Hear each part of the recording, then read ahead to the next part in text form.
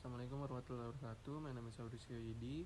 In this recording, I would like to present my reading report of Discourse and Structural Grammar. We have 10 points. The first point is cohesion. It's an area in which grammar and discourse are highly integrated in a pattern of cohesion in text. And the main patterns of cohesion are reference, lexical cohesion, conjunction, substitution, and ellipsis. Cohesion refers to relationship between the items in text such as words, phrases, and clauses, and other items such as pronouns, nouns, and conjunctions. This includes the relationship between words and pronouns that refer to that word or the reference items. It also includes words that commonly occur in text and such as collocation and the relationship between words with similar, related, and different meanings, such as lexical cohesion. Second point is reference. Reference refers to situation where the identity of an item can be retrieved from either within or outside the text. The main reference pattern are anaphoric, cataphoric, exophoric, and homophoric reference. The first one is anaphoric reference, is where a word or phrase refers back to another word or phrase used in earlier texts.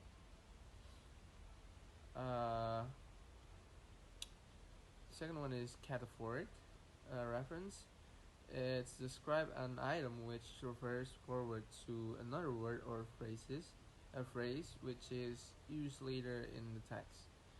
Exophoric reference looks outside the text to the situation in which the text occurs, in which the text for the identity of the item being referred to. And last one is the next one is homophoric reference, is where the identity of the item can be retrieved by reference to cultural knowledge in general rather than specific context of the text. The next one is the comparative reference. It's the identity as stated by Higgins in 2004. It's the identity of presumed item is retrieved not because it has already been mentioned or will be mentioned in the text, but because an item with which it is compared has been mentioned. The last one is a bridging reference, as stated by Martin in 1992, is where an item refers to something that has to be inferentially derived from the text or situation, that is, something that has to be presumed indirectly. The next topic is synonym. Synonym refers to words which are similar in meanings. In English, it is not a good style to continuously repeat the same word in a text, such as date and go out. The next one is antonym. Antonymy describe opposite of or contrastive meanings, such as shy and forward in the earlier text, and woman and men. Next point is lexical cohesion. Lexical cohesion refers to relationship in meaning between lexical items in a text and in particular content, words, and the relationship between them. The main kinds of lexical cohesion are repetition, antonym and synonymy, and hyponymy, meronymy, and collocation. Repetition refers to words that are repeated in text. That's the name. Hyphonymy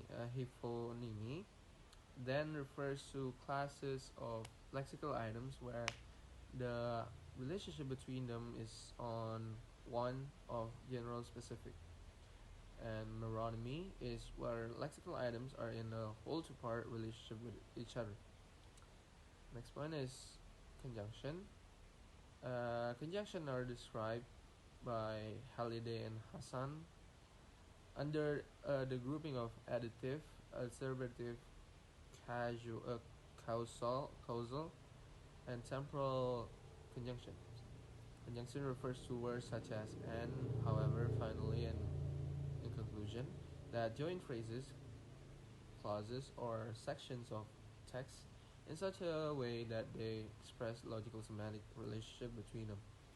They are further important part of discourse knowledge that both speakers and writers and readers and listeners draw as they both produce and interpret spoken and written language, written discourse.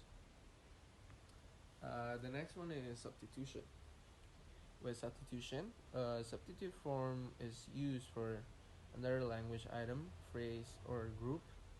It can involve substituting an item for a noun.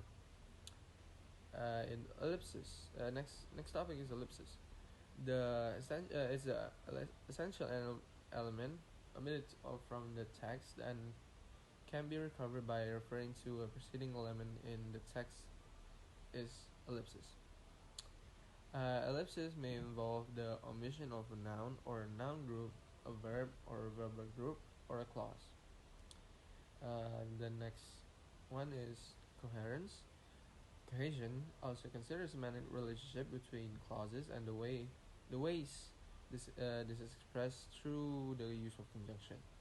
A further aspect of cohesion is the way in which words such as want and do are used to substitute for other word in the text as substitute, and the way in which words or phrases are left out or ellipsed from a text.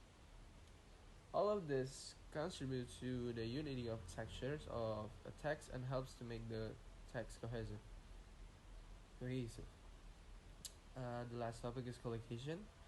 It describes association between vocabulary items which have a tendency to co-occur, such as combination of adjectives and nouns. Collocation is not something that is restricted to a single text, but is a part of textual knowledge in general. For a writer and speaker of a language draws on this knowledge of collocation as he or she or them speak a writer and writes and speaks. I think that's all. Thank you for your attention. Assalamualaikum warahmatullahi wabarakatuh.